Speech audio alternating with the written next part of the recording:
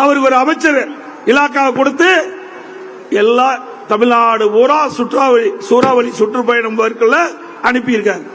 இது என்ன ஒப்பமுட்டு சொத்தா? தமிழ்நாடு ஏன் இங்க இருக்கிற யாராச்சும் வரக்கூடாதா? மேடலுக்கு இங்க வரக்கூடாதா? இது ஜனநாயக நாடு திரு ஸ்டாலின் அவர்களே, உங்களுடைய கனவு பலிக்காது. ஜனநாயக நாட்டில் யார் வேணாலும் பதவிக்கு வரலாம். வாரிசு அரசியலுங்க கிடையாது. அதுக்கு இந்த தேர்தலோட முற்றுப்புள்ளி வைப்பார்கள் மக்கள்.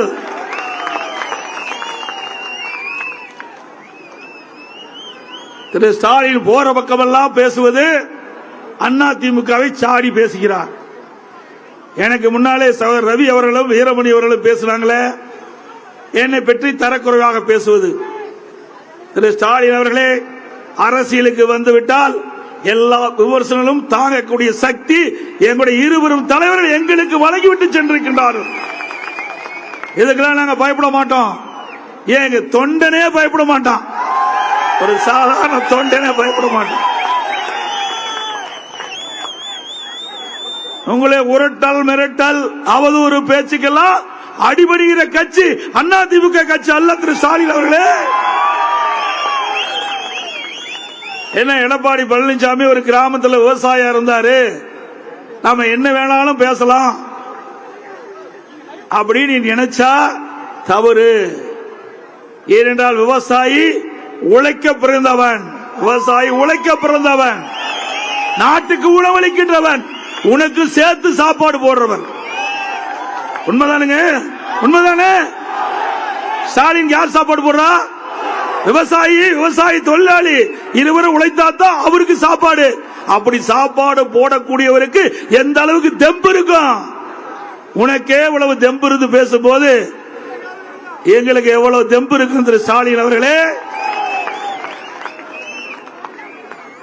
அதிமுக கட்சிக்காரன் மீது வழக்கு போடுவது, பொய் வழக்கு போடுவது, மிரட்டி பார்ப்பது, தகவல் தொழில்நுட்ப பிரிவு நம்முடைய நிர்வாகிகள் வலைதளங்கள் வாயிலாக உண்மை செய்தி வெளியிட்டா அதுல வழக்கு போடுவது, இது வாடிக்கையா இருக்கிறீங்க. திரு ஸ்டாலின் அவர்களே, கீழே சக்கரை சுத்திட்டே இருக்குது, கீழே இருக்கு சக்கரை மேலே வருகிற பொழுது இதே கதி உங்களுக்கு ஏற்படும். நான் முதலமைச்சர் இருந்த காலம் 4 வருடம் 2 மாத காலம் நான் நினைச்சிருந்தா எத்தனை வழக்கு போட்டிருக்கலாம், செய்யல. ஏன்னு சொன்னா எனக்கு கொடுத்த பணி மக்கள்.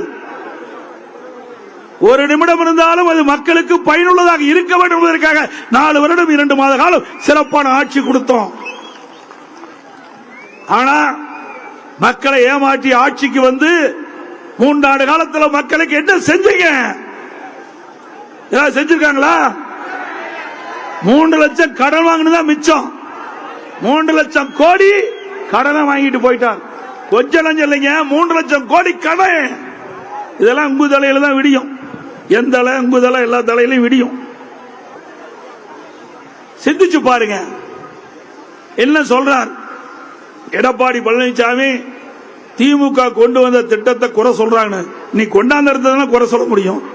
திட்டத்தையே கொண்டாந்து எப்படி குறை சொல்ல முடியும்? என்ன திட்டத்தை கொண்டாந்து சொல்லுங்க பார்க்கலாம்.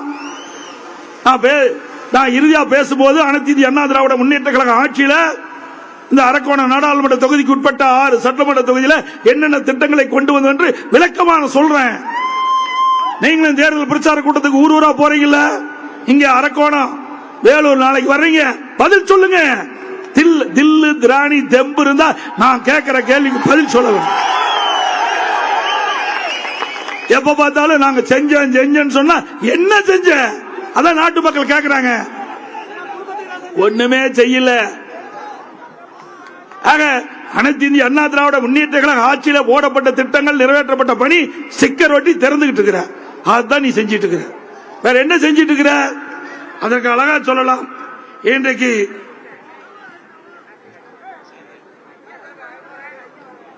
திமுக ஆட்சியில இந்த 3 ஆண்டுல விலைவாசி விண்ணை முட்டிக்கிட்ட அளவுக்கு உயர்ந்து போச்சு. 1 கிலோ அரிசி 15 ரூபாய் விலை ஏறி இருக்குது. 1 கிலோ அரிசி 15 ரூபாய். எண்ணெய் விலை உயர்வு, பருப்பு விலை உயர்வு, எல்லா விலையும் உயர்ந்து போச்சு. ஏழை எளிய அடித்தட்டில் வாழ்கிற மக்கள் கடுமையான சோதனைகளை தவித்துக் கொண்டிருக்கின்ற காட்சி ஸ்டாலினுக்கு தெரியாது. பொம்மை முதலமைச்சர் வீட்டை விட்டு வெளியே விட போல வீட்டை விட்டு வெளியில அவர் காட்டுறதுல மேடைக்கு வராரு பாருங்க, அவளோட சரி பாடி வீட்டுக்கு போனா அடுத்த நாள் தான் அவர் பார்க்க முடியும். ஆக மக்களை பற்றி சிந்திக்காத, மக்களையோ பார்க்காத இந்தியாவில் ஒரு முதலமைச்சர் அது தமிழ்நாடு முதலமைச்சர் ஸ்டாலின் ஒருவர் தான். மீறி எங்க பார்க்கலாம்? போட்டோ ஷூட் பார்ப்பார், இல்ல சைக்கிள்ல போவார், இல்ல பலு தூக்குவார். ஏன்னா பலு தூக்குறது சத்திலியா இருக்குது, அதை காட்டுறது காணாம். முத பாத்தீங்கன்னா எல்லா தொலைக்காட்சியும் திறந்தா இவர் பழு தூக்குறதுக்காக உன்னை முதலமைச்சர் ஆக்குனாங்க. உனக்கு கிடைக்கின்ற டைம், உனக்கு கிடைக்கின்ற நேரத்தை நீ மக்களுக்கு பயனுள்ள திட்டங்களை கொடுப்பதற்காக உங்களை முதலமைச்சர் அமர வச்சிருக்கிறாங்க. நீ பழு தூக்குறதுக்கும் சைக்கிள் ஓட்டுறதுக்கும் அதை பார்க்கறதுக்காக இந்த மக்கள் கஷ்டப்பட்டு உங்களை முதலமைச்சர் ஆக்கியிருக்கிறாங்க. நீ சைக்கிள் ஓட்டு, விமானம் கூட ஓட்டு, தவறு இல்லை. ஆனா மக்கள் கொடுக்கப்பட்ட நேரத்தை மக்களுக்காக செலவழியுங்கள், மக்களுக்காக செலவழியுங்கள். எனக்கு கொடுக்கப்பட்ட 4 ஆண்டு 2 மாத காலம் இரவென்றும் பகலென்றும் பாராமல் விவசாயிகளாகட்டும், தொழிற்சாலைகள் இருக்கின்ற பணிபுரிகின்ற தொழிலாளராகட்டும், தொழிற்சாலையுடைய முதலாளியாகட்டும், எப்பொழுது வேணாலும் என்னை வந்து சந்திக்கலாம். கழக உடன்பிறப்புகள் என்னை எப்பொழுது வேணாலும் சந்திக்கலாம், பொதுமக்கள் எப்பொழுது வேணாலும் சந்திக்கலாம். அவருடைய குறைகளை கேட்டு உடனுக்குடன் நடவடிக்கை எடுக்கப்பட்ட ஒரே அரசாங்கம் அதிமுக அரசாங்கம் ஸ்டாலின் அவர்களே. அதோட இவர் எதிர்க்கட்சி தலைவராக இருக்கும் போது ஒரு பெட்டி தூக்கிட்டு அங்க ஒரு திட்டம் பார்த்தா ஒரு பெட்ஷீட்டை போட்டு அந்த பெட்டி வச்சுட்டு அப்படியே அமர்ந்து மக்கள்கிட்ட பேசுறார். உங்களுக்கு எல்லாம் குறை இருந்தா மனுமா எழுதி இந்த பொட்டிகளை போடுங்க, இந்த பொட்டியில போட்ட பிறகு நான் அந்த பொட்டியை பூட்டி பத்திரமா வீட்டில் வச்சிருக்கிறேன்.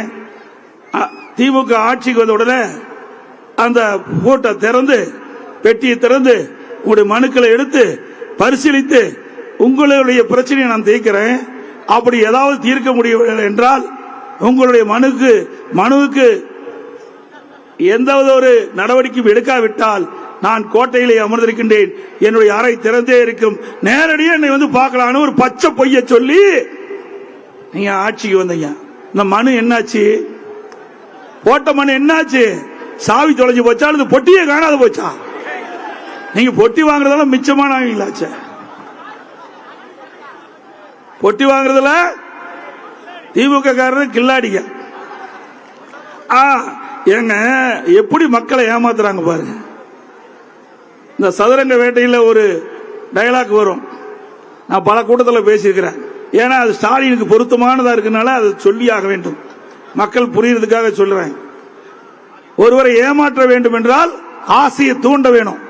அப்படி பொதுமக்களுடைய ஆசையை தூண்டி மனுக்களை எழுதி பெட்டியில போட்டு வீட்டில் கொண்டு வச்சுக்கிட்டு அந்த மனுவுக்கு தீர்வு காணுகின்றா இல்லையா, மனு இருக்குதா இல்லையா, எப்படியெல்லாம் மக்களை ஏமாற்றுகின்ற ஒரு முதலமைச்சர் என்பதை நீங்கள் எண்ணி பாருங்க.